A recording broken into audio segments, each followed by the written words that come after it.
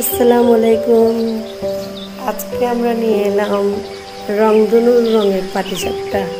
কিভাবে রংধনুর রঙের পাটিসাপটাটা বানাতে হয় দেখুন।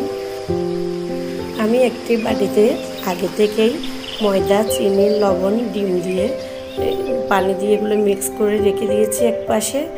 আবার ওখান থেকে নিয়ে ফুড কালার দিয়ে 3টে কালার দিয়েছি, এখানে এটা আলাদা করে রেখেছি। এবার ফুড কালারের ফোটাটা দিয়ে দিলাম, তারপর সাদা অংশটা আবার দিয়ে এবার একটু ফ্রাই প্যানটাকে নেড়ে চেড়ে গোল করে নিলাম। এখানে একটু এবার আমি নারকেল দিয়ে বানাবো, নারকেলটা দিয়ে দিলাম। নারকেলটা দিয়ে এবার আমি এটাকে বটে নিয়ে ফেললাম। দেখেন কি সুন্দর হয়ে গেছে আমার পাটিসাপটা পিঠাটা। আমি নারকেল দিয়ে বানালাম পিঠাটা, আপনারা চাইলে ক্ষীর দিয়েও বানাতে পারবেন, যার যেমন মন চায়। আমার রেসিপিটা ভালো লাগে সাবস্ক্রাইব করে পাশে থাকুন।